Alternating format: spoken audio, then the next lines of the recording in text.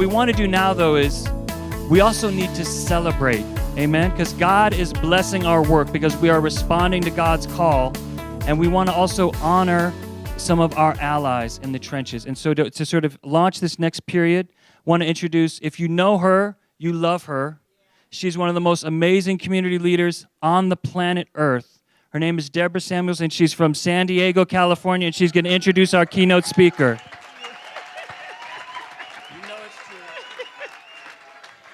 Thank you very much. But now I just want to introduce this wonderful lady. She's my hero. And she have a close relationship with San Diego Organizing Project in San Diego. Been working at the school board for so many years, and now Assemblywoman writing that bill, AB 953, that I experienced going to Sacramento and dying down because, if you all remember, I can't breathe. So we need to give a hand to Miss Shirley Weber and just bless the Lord that we have strong women like her.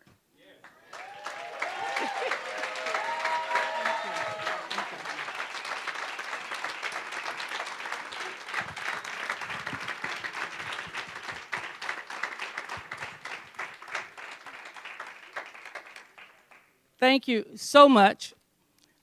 I really am quite honored to be here today. It took a lot of organizing for me to get here because I had some commitments this morning, and I was pretty determined, and I didn't want to get in that traffic from San Diego to LA because I probably would get here tomorrow, given all the things that were happening. So I was really grateful to be here and feel truly, truly blessed.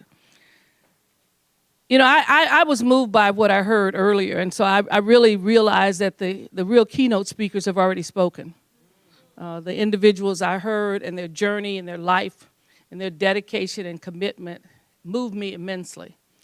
And you're to be celebrated for really being the vehicle for transforming people's lives, for giving them a new start and a different direction.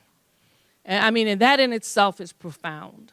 That is profound. And it moves me very dearly to be affiliated with an organization that can do that and that has a commitment to it and that is able to form a collection of individuals who are so very different and yet so much the same because of the blood that flows through their veins.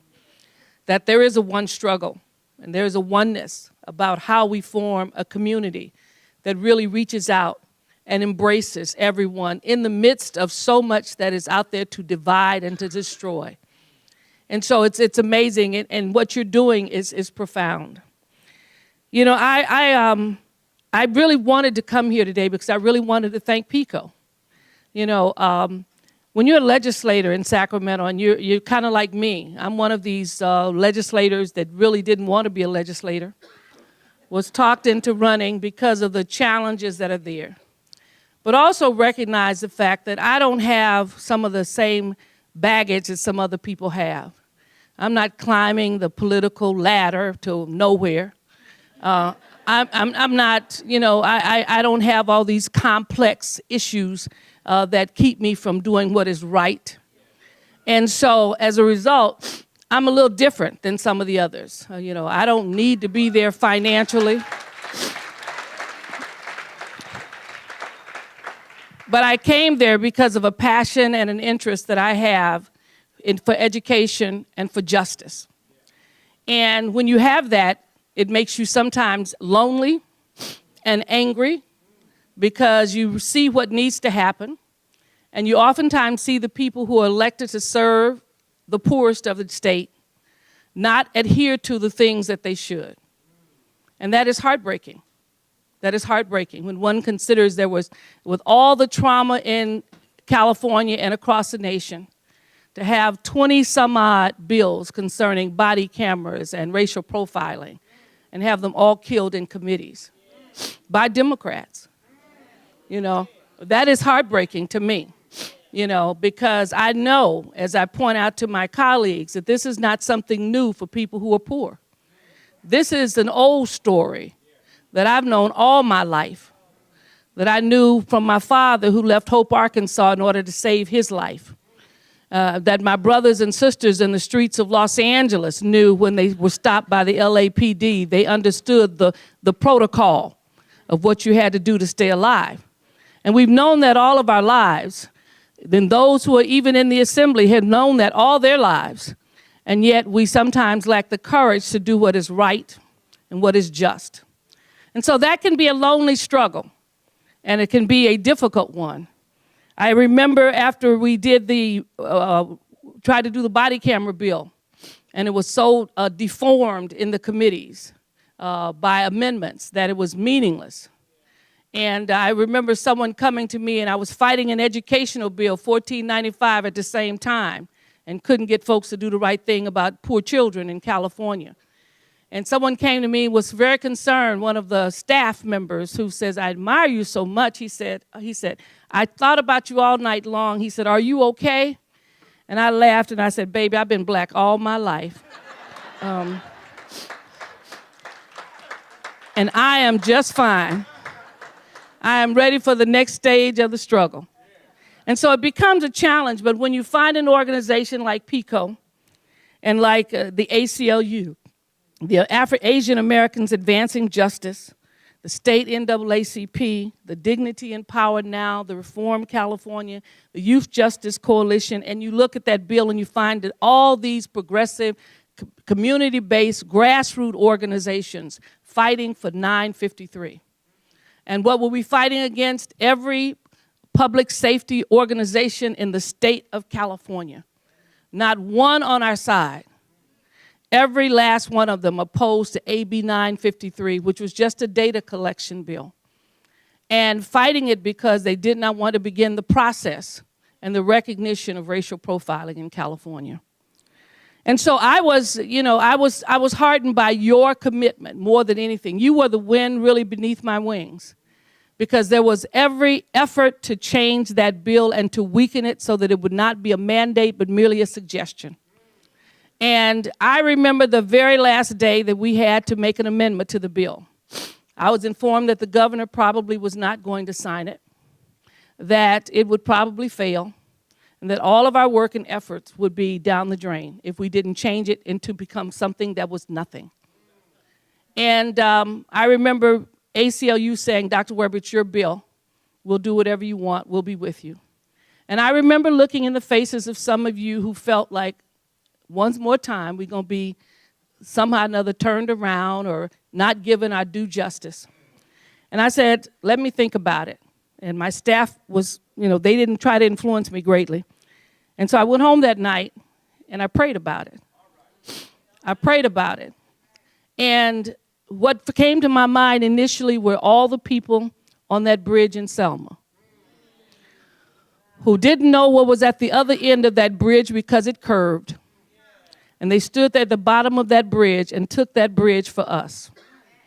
And I thought about them, and I thought about so many others who had put their lives on the line to create opportunities. Opportunities for what?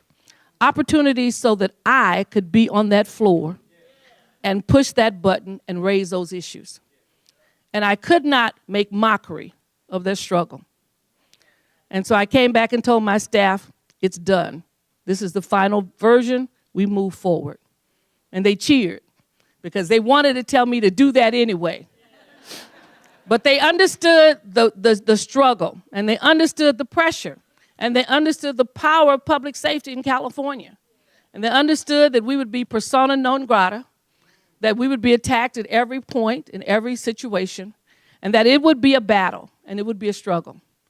But I also felt very confident that I had on my side not only right and God, but his people. Because, it's one thing to have the concept on your side, but God has empowered us to be his agents and to carry the message for us. And his only feet are our feet, and his only hands are our hands, and his only mouth is our mouth. And I knew that I had a group of people from San Diego with SDOP that I've worked with and PICO's organizations throughout the state that had been there at the beginning and that they would be there to the very end. And I know, without a doubt, as I tell people across the state, we've written an article on it in an upcoming book, that the only reason why AB 953 was signed was because the people demanded it. The people would not give it up. And so we are really excited about the fact, because this is groundbreaking. This is the most significant piece of legislation in this nation this year in terms of racial justice in this country. We're getting calls from everybody because people want to know, how do we do it?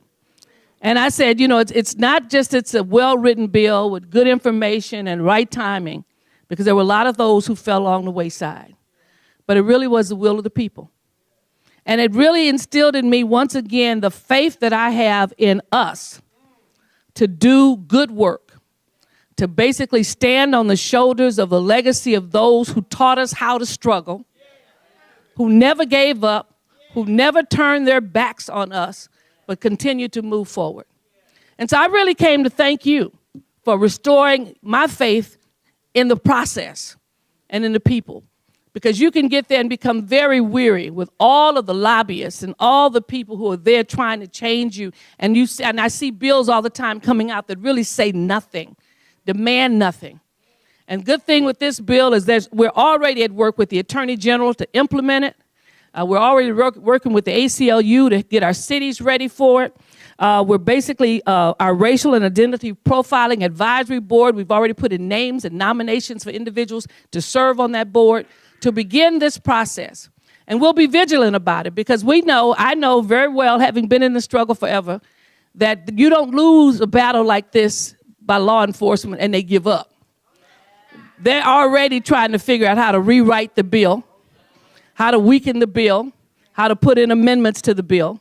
And we're watching and vigilant about it, because we know that they will do that if we go to sleep. If we party and have a good time and go to sleep, we'll discover and wake up in the morning that we have nothing. And so we're paying attention. PICO's paying attention. ACLU is paying attention. All of the organizations are constantly watching what's coming out to make sure that we don't weaken this bill, that we have an opportunity to provide justice for every person in California and to get the justice we deserve. So I'm really thank you for that. I want to thank you also for investing in me with AB 2590, the Restorative Justice Act. We're confident that that act will hopefully change what we talk about when we talk about incarceration, that it's not about punishment. The language now says it's for public safety and punishment. We're talking about public safety and restoration. That's what we're talking about. I'm also sponsoring AB 2765, which is the extension of Prop 47, so that we give folks more time to deal with the issues and benefit from Prop 47. So those are some things that are very, very important to me. They're very important to you. I'm confident, given the fact that we will be struggling together, that we will be successful. But I just wanted to come by really and thank you. There's so much left to be done. We're involved in school reform and education because it is critical that our children get an opportunity to have a quality education. And there's so many who have benefited from the educational system who don't believe poor kids can benefit from it again. And so we have to constantly remind my colleagues and remind people of the value of it, and that if it happened for them, it can happen for others. So I want to thank you for giving me the opportunity not only to carry the bill, but to restore my faith in the ability of us to work hard and to live up to the legacy of my parents, who struggled so hard to get a little girl from the projects of Los Angeles, the Pueblos, to get me through school, to give me an education so that it could be second to none, so that I could get the 3 degrees from UCLA, and spend 40 years as a professor fighting for Africana studies and Chicano studies and women's studies and American Indian studies.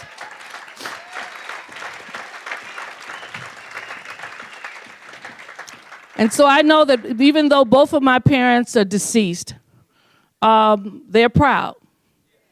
And my nieces and nephews across the nation have basically sent 953 all over the world